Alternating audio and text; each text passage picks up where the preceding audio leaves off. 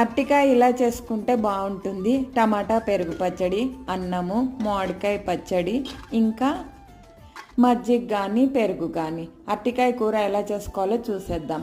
అరటికాయలు అయితే ఉడకబెట్టుకోవాలి కుక్కర్లో.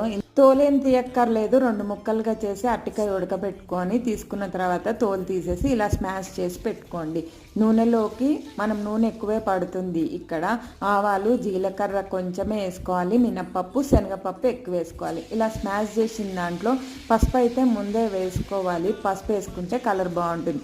నేను మర్చిపోయి పచ్చిమిరపకాయలు, కరివేపాకు వేయడం మర్చిపోయా, అందుకని నేను పక్కకు జరిపి మళ్ళీ వేసుకున్నా. ఇలా 2 నిమిషాలు ఉంచిన తర్వాత ఉప్పు, చిటికెడు కారమే వేసుకోవాలి. ఇక్కడ మనం పచ్చిమిరపకాయలు ఎక్కువ వేసుకున్నాం. 2 నిమిషాలు మూత పెట్టి ఉంచుకొని స్టవ్ బంద్ చేసేసుకోవటమే. స్టవ్ బంద్ చేశాక నేను చేసిన క్వాంటిటీకి 2 నిమ్మకాయలు పడతాయి. ఆ 2 నిమ్మకాయలు స్టవ్ బంద్ చేశాకనే పిండుకోవాలి, లేకపోతే చేదొస్తుంది మరి.